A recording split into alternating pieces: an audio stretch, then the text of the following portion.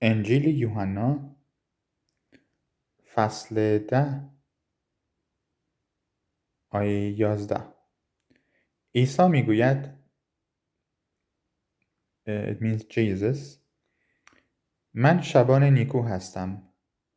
شبان نیکو جان خود را در راه گوسفندان می نهد. مزدور چون شبان نیست و گوسفندان از آن او نیستند، هرگاه بیند گرگ می آید، گوسفندان را واگذاشته می گریزد و گرگ به آنها حمله می برد و آنها را می پراکند.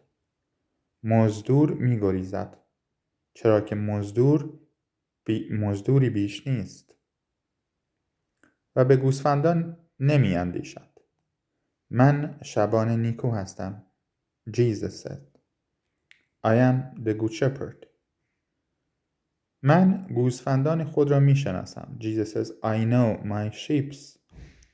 و گوسفندان من را می شناسند. And my own sheep knows me.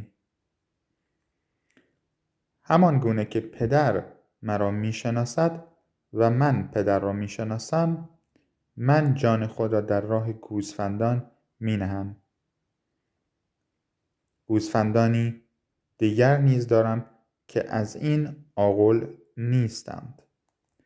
آنها را نیز باید بیاورم و آنها نیز به صدای من گوش فرا خواهند داد. It means my own sheep they hear my voice and they follow me. آنگاه یک گله خواهند شد با یک شبان. It means all the flock will become one with the shepherd. Verse 17. پدر مرا از این رو دوست می دارد.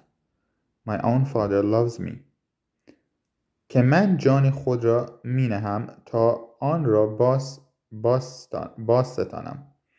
I lay down my own life and I have authority to take it by my own.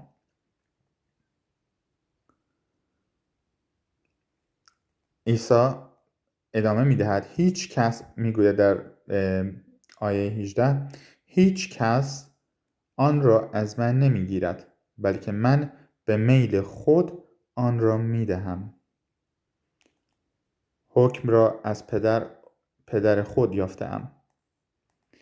به سبب این سخنان دیگر بار میان یهودیان اختلاف افتاد.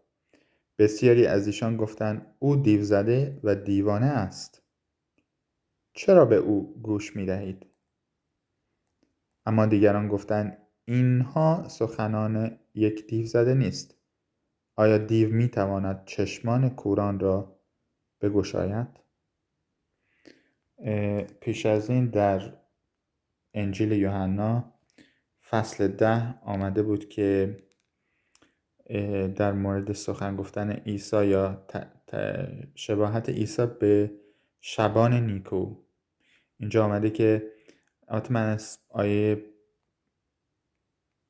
11 شروع کردم. در ابتدای این فصل اینطوری نوشته شده که شبان نیکو آمین آمین به شما میگویم آنی که از در به آغول گوسفندان داخل نشود بلکه از راهی دیگر بالا رود دزد و راهزن است.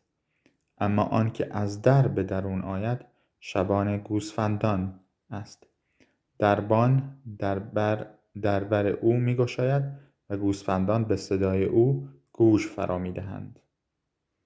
او گوسفندان خویش را به نام می خواند و آنها را بیرون می برد. چون همه گوسفندان خود را بیرون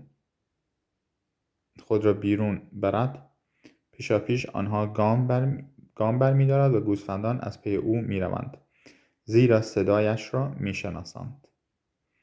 اما هرگز از پی بیگانه نمی روند بلکه از او می گریزند زیرا صدای بیگانه را نمی شناسند.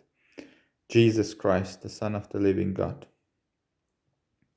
died on the cross and shed his blood for you.